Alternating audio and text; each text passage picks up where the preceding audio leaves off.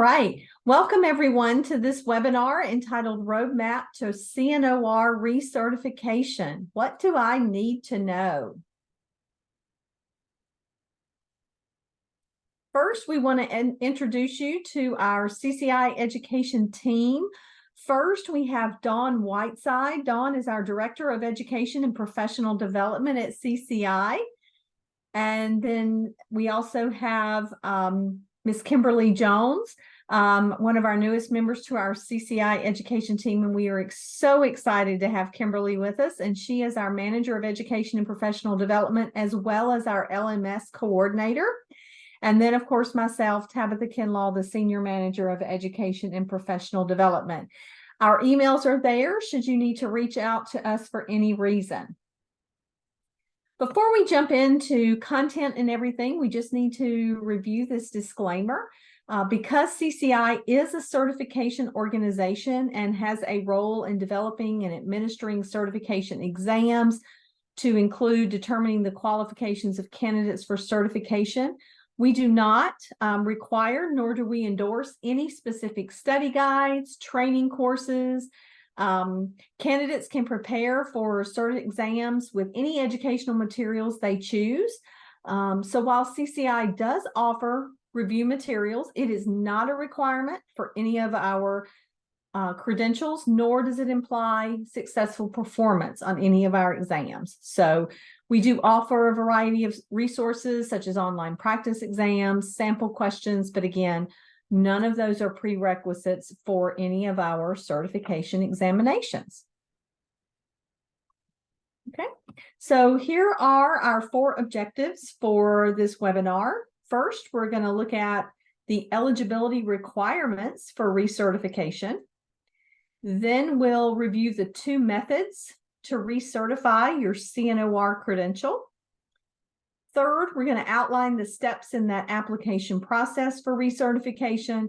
And lastly, we will discuss additional options for managing your CNOR credential. So let's go ahead and jump right into our first objective. So the eligibility requirements for recertification. First, we want to call your attention to a few resources. Obviously, our website, www.cc-institute.org, has a lot of information. We would encourage you, as well as for you to encourage your staff to review that website. And in addition, to access, either download, read online from that website, the CNOR Candidate Handbook. It has a lot of information, not only about initial certification and taking the test, but also recertification, and will likely answer most questions that you will have. So when we think about recertification and maintenance of our competency, and that's really what recertification is that continued competency.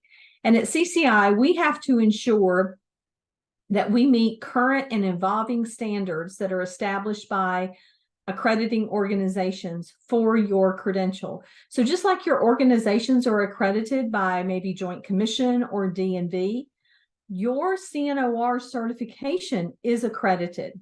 It is accredited currently by the American Board of Nursing Specialty Certifications, or ABS&C, and then of course NCCA as well, which means that this certification does count on the Magnet Demographic Data Collection tool for the American Nurses Credentialing Center. Now, the purposes of ensuring competency include, obviously, protection of the public. It helps us to advance our nursing profession, okay? And it ensures also the integrity of professional nursing in general. So continued competence is defined as the specified levels of knowledge, skills, or abilities, not only at the time of initial certification, but also throughout one's professional career. And so continued competence is really an integral component of professional development. So what are those eligibility requirements for recertification? Well, obviously, you need to have a current CNOR certification, as well as a current unrestricted RN license. You also need to be currently employed, either full or part-time, in perioperative nursing, but that can be in a variety of areas. So it could be clinical practice, maybe even nursing education, administration, or even research. Another eligibility requirement is that you need to have a minimum of 500 hours in perioperative nursing in your past 5-year recertification cycle. And at least half, or 250 of those 500 hours, must be in one of the areas listed and that impacts patient care during the intraoperative period. Now, do know that we do random audits of our applications. So if you were to be randomly selected for audit, any of the above information would need to be clarified and verified.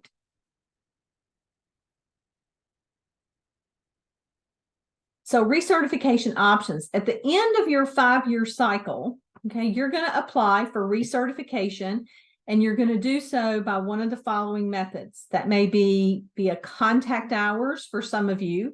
That's 125 contact hours. This option is not available for any individuals who tested after January 1st of 2019, because that's when we switched over to the points methodology. For those using the points, you need 300 points. Now, we're going to talk about other options, such as filing for an extension year or retiring your credential and going emeritus at the end of this presentation before we conclude. Now, it's really important to note you cannot apply for recertification until January 1 of your recertification year.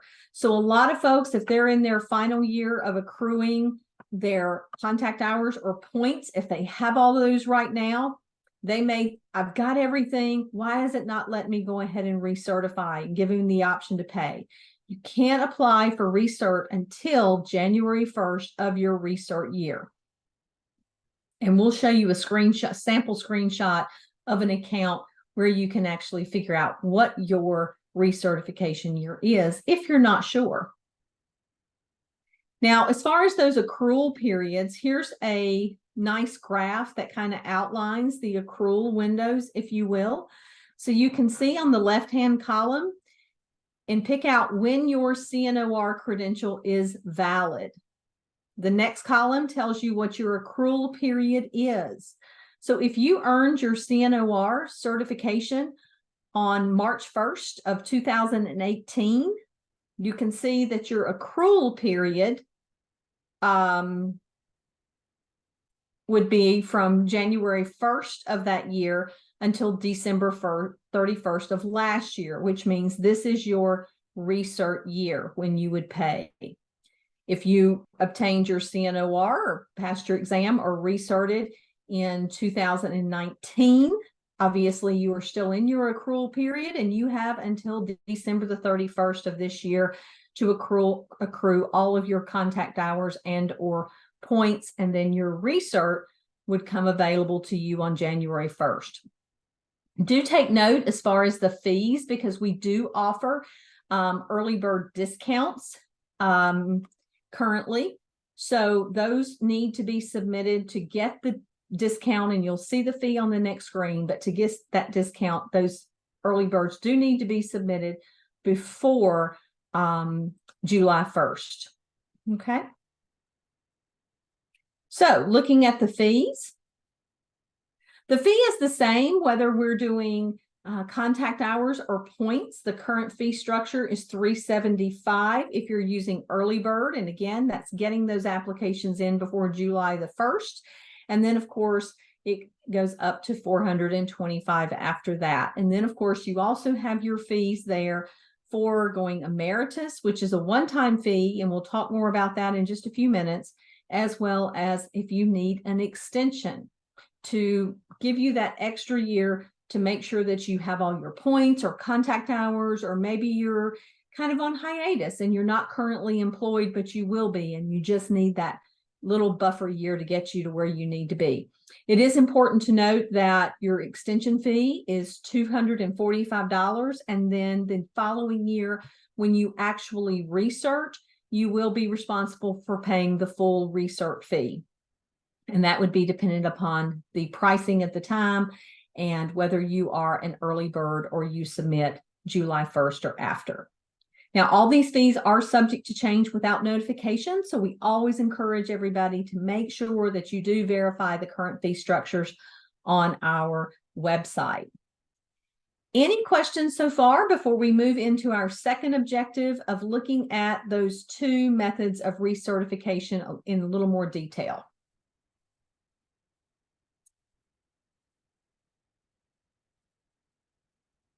All right. No questions so far, and I don't see any in the chat. All right. So let's look at those two methods and your options as far as contact hours or points. How do you know which one you are eligible to still do, depending on which cert cycle you are in?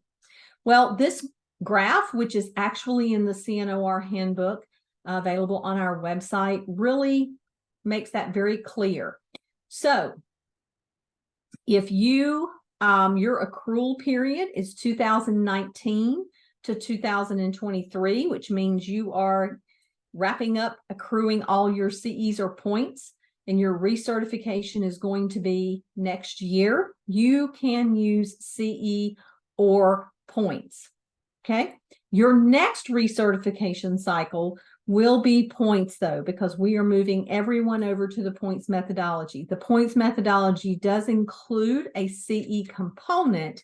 It's just CEs will not be able to be the sole source for renewal. So you can see here by 2025, 2026, we will have everybody on the points methodology.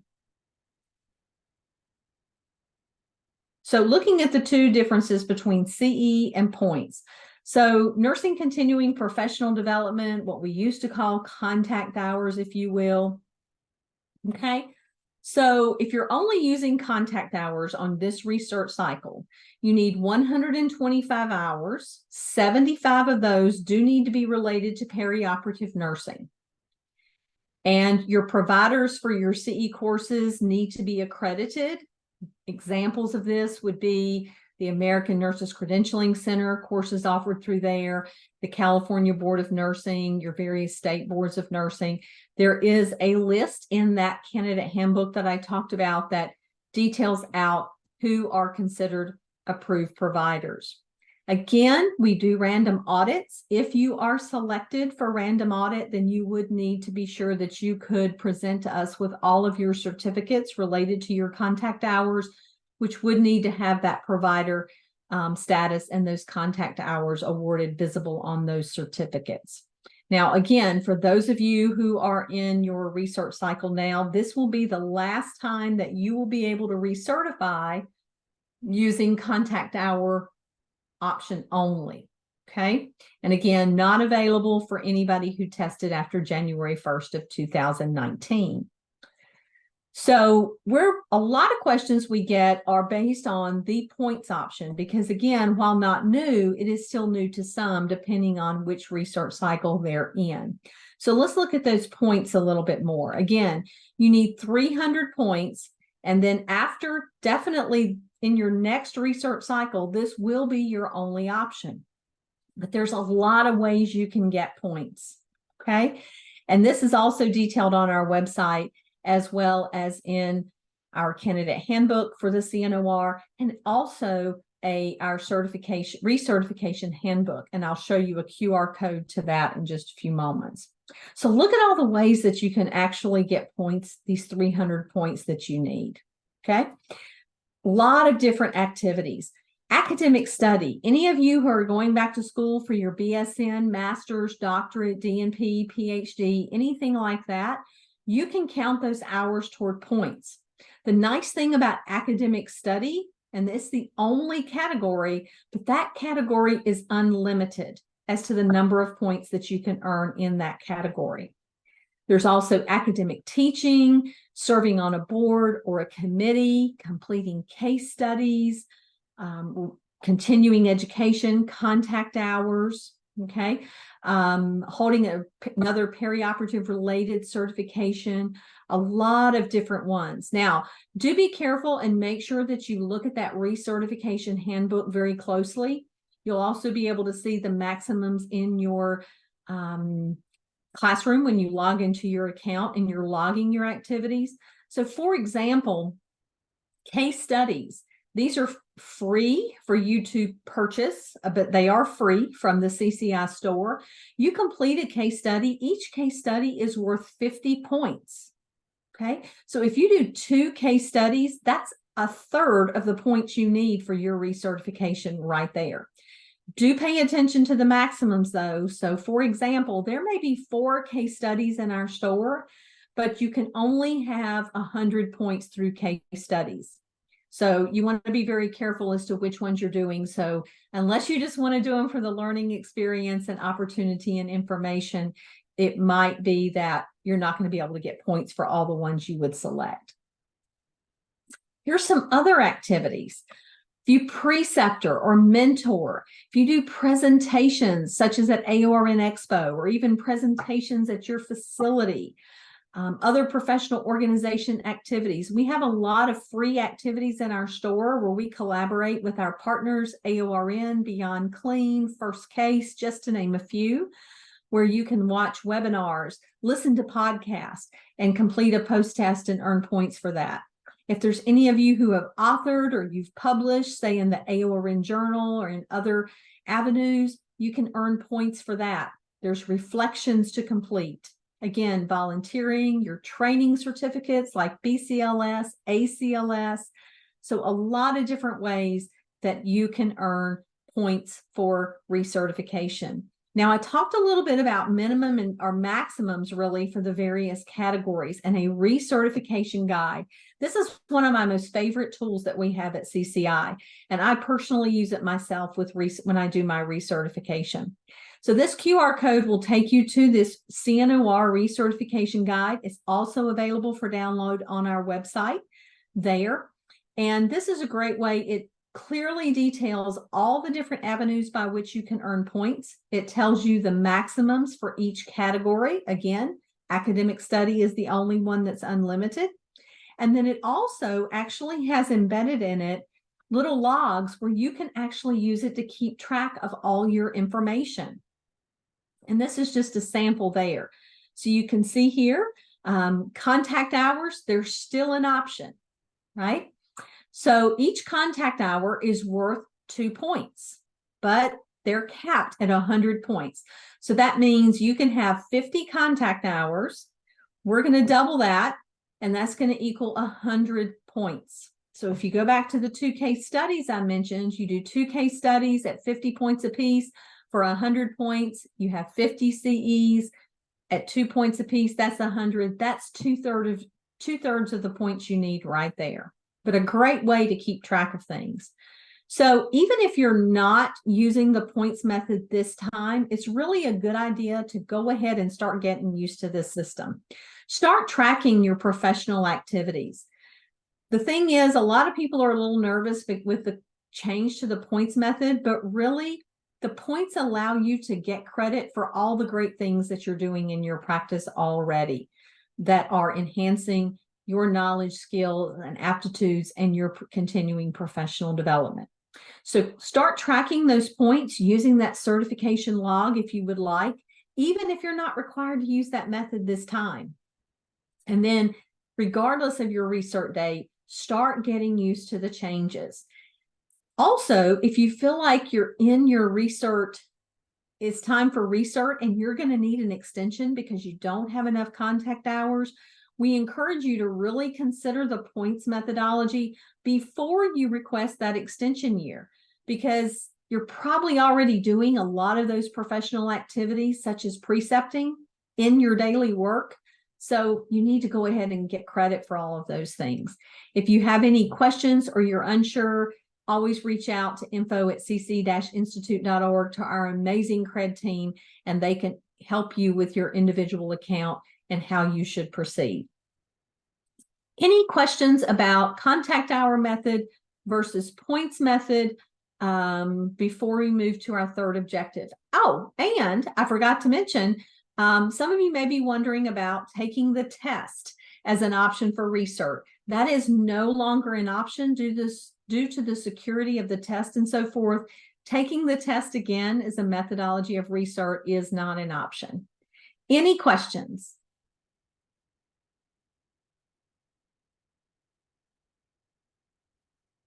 All right, hearing none and seeing none in the chat, we will move on to the application process. How do you get in your CCI account? How do you enter all those contact hours and points, right? And that audit that I've talked about. So first of all, to access your CCI account, you'll go to our website at www.cc-institute.org and log in. Now, this next part's really important. That's why it's in red. If you don't remember your username or password, just click on Forgot Password. Please, please, please do not make another account, because this actually creates issues with matching your points and contact hours with your certification and so forth. If you still are unable to get in, simply send us an email at info@cc-institute.org, or even call the number on the screen and we can get you into your account right away. Okay. And also make sure you don't wait till the last minute to kind of start that recertification process. So you're going to log in. So again, you go to our homepage and you can see in the upper right-hand corner is the login button.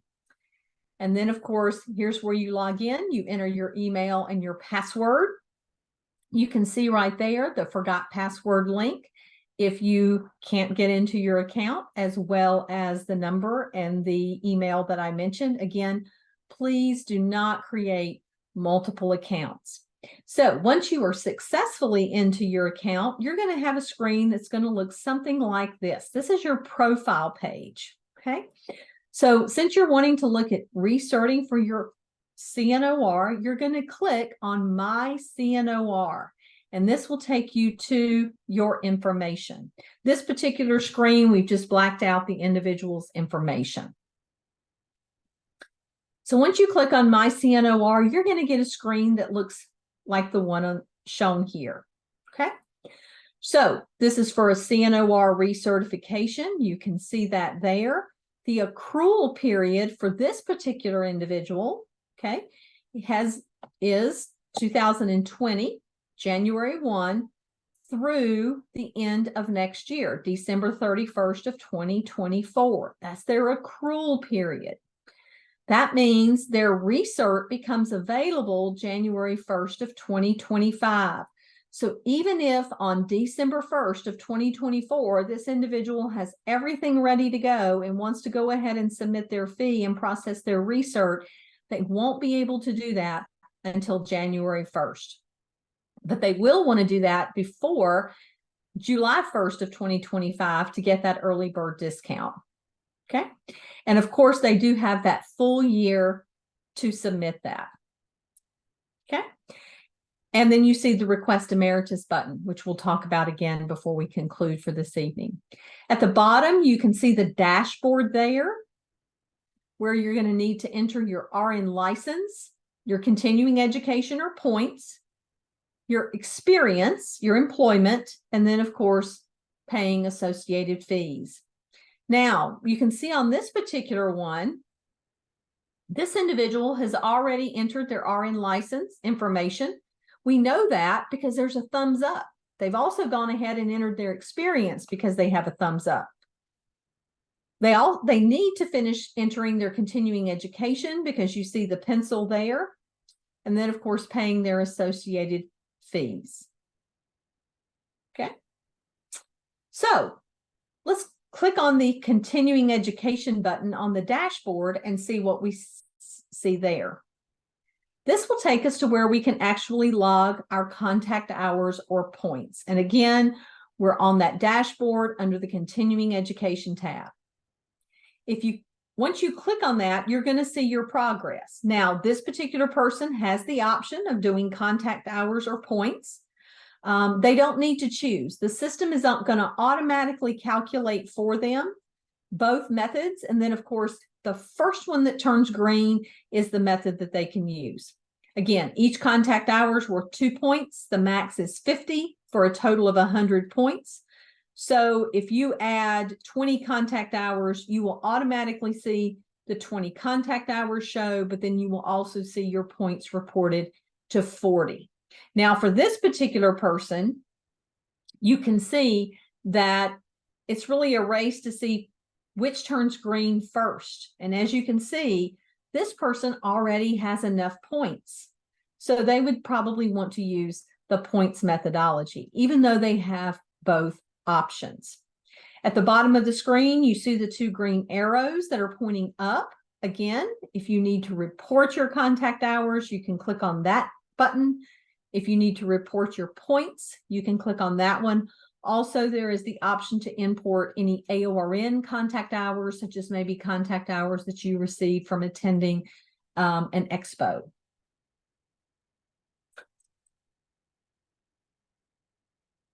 Okay, here is a sample of an individual's contact hours.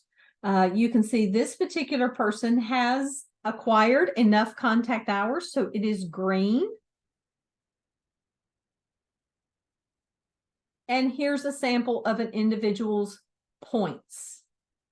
So options to report those, okay? But these are ones that have already been added to this person's account.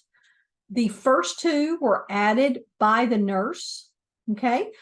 This particular individual, he or she serves on a surgery unit-based council at their facility, so they entered those by using the report points button, okay?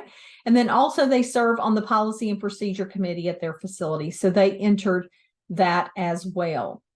So here you have to add information like the committee name, your role, the length of time on the committee, and then all the other points here were automatically added from the nurse's classroom. And these are because these are all of those activities that are from our bookstore. Again, you're not required to use our activities, but many of those activities, while some have a fee associated, many of them are a free option. And then, of course, you always have that option of importing your contact hours from the AORN website as well. So if you do complete those free activities in our store, you do not need to manually enter those. Please actually do not manually enter those. If there's one that you see that is not crossing over, again, just simply reach out to info@cc-institute.org, and we can certainly help you and support you with getting those rectified. So if you clicked on report points, you had more points here you wanted to report. You would click on report points and you would see a screen similar to the one depicted here. Okay. So you can see the continuing education. Again, there's a maximum of 100 points, 50 contact hours. It allows you to report those. This particular individual, you can see, has reported 23.76 contact hours. Academic study, which is our only unlimited category, this individual has reported 45 points so far. And it looks like we have a question. Yes, please go ahead. Hey, Tabitha, this is Jerry. Can you go back to one slide prior? Yes, sir. For uploading, let's say for surgery unit-based council, do you need to upload any certification or verification to prove that you really did serve? That is a great question, Jerry. Thank you so much for asking that. If you are audited, then you would be asked to upload some type of verification, and very much similar as far as serving as a preceptor. Same thing. We would request verification letter on company letterhead from your manager verifying that those hours were in fact correct. Meeting minutes, agendas, things like that from your committee. You don't have to submit all those unless you are audited. Do they have an option to upload it if they wanted to, just so when they leave the organization, at least they have that already uploaded? Again, that is another great question, Jerry, and a great point. Absolutely. You do have the option to go ahead and upload everything as you go along. So as people may change organizations and things like that, it could be difficult to go back maybe 3 years or something to an organization that you're no longer with or affiliated to retain that information, to get that information. So that's a great suggestion for folks to go ahead and upload that information as they're entering those points. Thank you. And as Dawn mentioned, thank you. And as Dawn mentioned in the chat, making sure always keeping a hard copy for your records of your documents, your certificates, things like that. Sometimes if we have everything in a paper file folder or things can get missing. So I usually try to always scan my stuff and kind of keep it on a folder or on my computer in the cloud or on a thumb drive or something, so I can retrieve that if I ever need to. But thank you. Yes, great questions and great suggestions for folks. I love that. And then, of course, you can see teaching a perioperative related course for college credit. This particular individual has reported 30 hours. They are limited to 150. And on your screen, you would see all the different options and where you could report those various points, as well as upload any associated documents. But it also helps you to kind of see where you are in regards to the limits. And so with that audit process, again, audits do occur randomly. We may verify that information by telephone, emails, letters. Verification can include a lot of different things, but not limited to. We may verify your current employer by reaching out. We may verify your nursing license through the nurse system.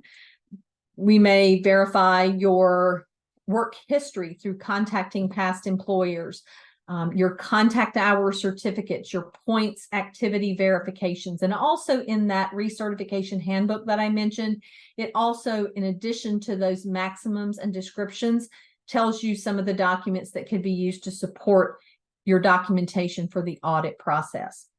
Do note it is the responsibility of the applicant or candidate to furnish any information that is needed, that is missing or needed for audit. You will get email communication about that, requesting that information. So please be sure and respond in a timely manner if you are selected. And then, of course, you will get confirmation once all of those documents have been reviewed. All right. Any questions before we talk a little bit about extension year and emeritus? All right, we'll go ahead into our last objective. So an extension year, and we talked about this a little bit, but this is an option for those certificates that just don't yet, or right this moment, don't meet those eligibility requirements for recertification. We don't have all our contact hours we need or our points, or maybe we're in between on our employment or something like that. So it gives us that additional year to earn those contact hours or points, or to ensure that we are employed full or part-time in perioperative nursing in some type of role. Now, it's important to know, especially if you have used an extension year before, that this is available once every 2 research cycles. Okay, so only once every 10 years. So if any of your staff used an extension year the last time they recerted, they would not be able to use that option this time. Okay, and you do have to apply in the year that you're due to recertify. So if this is your year to submit to recertify, you need to get that application in by the end of the year. And what that does is it allows you to use any points and or contact hours that you accrue through the end of 2023 for that recertification, and then your recert year would change to 2024. Okay. Obviously, if you're under an extension, you can continue to use your credential during that extension year. Again, there's an extension fee plus the full recert fee at the time of actual recertification. And then last but not least, there's the emeritus status, which is really kind of retiring your credential, if you will. It allows you to still use the CNOR with the parentheses, capital E in parentheses, in your correspondence and so forth. There is only a one-time application fee. It is $175 as of the time of this recording. And you can apply for emeritus at any time as long as your credential is active. Now, I always like to caution people on emeritus status. Be sure you are ready to retire your credential. Be 110% sure you're ready to do this, because the only way that you can return to an active credential is by taking the exam again. Okay, so if you are maybe looking to change jobs and you think, well, I don't really need to keep this certification, I want to go ahead and go emeritus, make sure that you're looking and thinking about, would you possibly go back into perioperative nursing? Is the role that you may be transitioning in going to require a certification? And that's the only certification that you have. So be sure before you go emeritus that you're ready to go emeritus, right? Because none of us want to take the exam again. I don't think so, right? Now, a couple of tips for success before we conclude. Really look at all your professional accomplishments and all the amazing things that you're doing in your practice, in your facilities, and use that to craft your recertification plan, especially with the points methodology. If this is your recert year, make sure you get that application in before the end of the year. If this is the last year of your accrual, make sure that you get all those contact hours and points accrued. Now, for those of you who are recerting in 2024, and this is really to Jerry's question point earlier, you don't have to have entered everything by the end of the year. You just have to have earned it. However, I personally think it's a good idea, as Jerry mentioned, to go ahead and enter all that information just so you can be sure you haven't calculated wrong. If you have the documents, go ahead and upload them, just maybe to ward off the chance of getting selected as an audit, just kind of putting some positive vibes out in the universe or something. So it's always a good idea. And we have another question, I think. Excellent.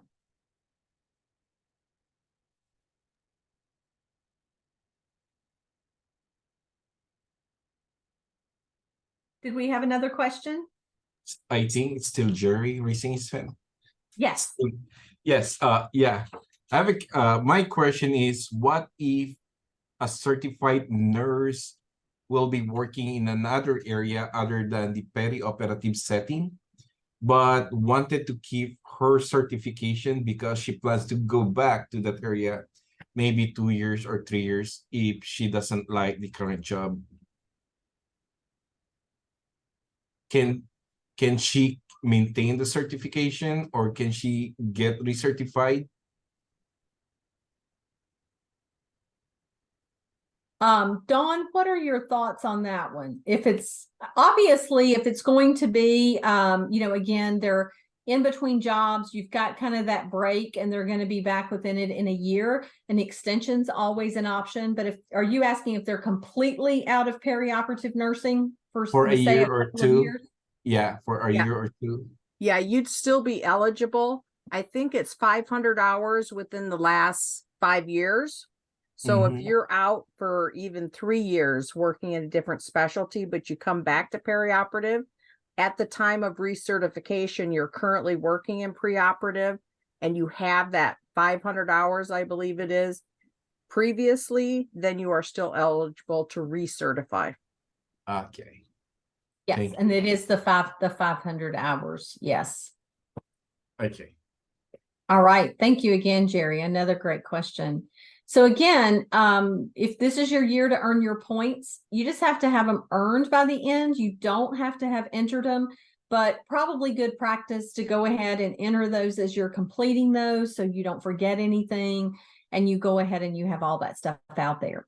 And if you have both options available to you, we do encourage you to go ahead and test drive the points option just to see how it works. Even though you may recert with CEs, go ahead and enter your points and just see probably how quickly those points do add up when you put in all the amazing things that you're doing. I know on my last research cycle, I had the option to do both, and I actually ended up going ahead and recertifying by points again, just because I had the points and to test drive it and see that it really was allowing me to be rewarded for all the things that I'm doing in my daily practice. And then also share the information for with your staff about these changes if they weren't able to attend tonight.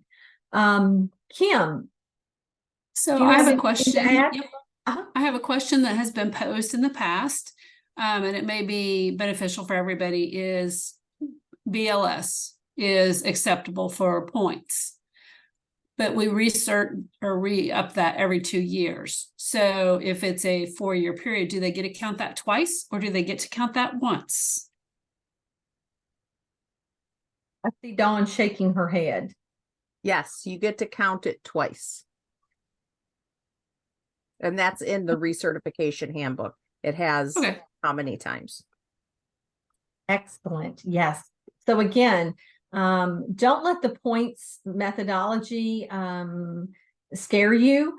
I think you will be pleasantly surprised. I know I personally was surprised at all the things that I was getting credit for that I was doing in my workplace. Okay.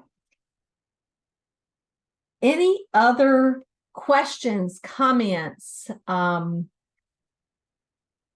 anyone? Yes, I do have a comment. Yes, I'm actually one of the CCI certification coaches, and those questions that I've asked were frequently asked questions to me.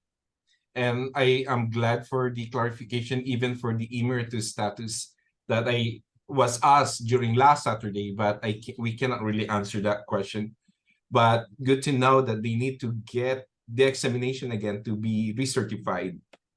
My only comment would be, we are actually on the window of accepting CCI coaches. And I think this would really be a great orientation tool for any upcoming coaches, so they can really be prepared to be a coach and guide any nurses who want to be certified. I believe these are really valuable information that can really empower our coaches. Thank you. Thank you very much, Jerry. Yes, and we are actually, that's one of the things we're going to work very closely with our marketing team in the upcoming year is to try to do some provide resources, webinars, things like that for our coaches, so we can support our coaches even more than we have in the past. And also, Jerry, thank you. And I think Crystal is also a coach that's on with us. So thank you all so much. We love our coaches, and your contributions are very, very valuable. Yeah. And this is a good session for the ARN Expo. Yes, yes, thank you. Okay, Yes. so feel free to share that information. So yes, and Crystal, you're a coach too, correct? Yes, I am. Yeah, I thought you were. Excellent. Well, thank you both. So if there's no other questions, we will conclude for the evening. We thank you both for attending. Again, any questions, or if your staff have questions, encourage them to reach out to our credentialing team at info@cc-institute.org or the number displayed on your screen. And also, this recording is posted on our YouTube channel as well. So thank you all. Have a happy Thanksgiving, and hopefully we'll see you soon. Yes, happy Peri-Op Nurses Week if there's any And nurses happy on the- Perioperative Nurses Week. Yes, absolutely. Okay.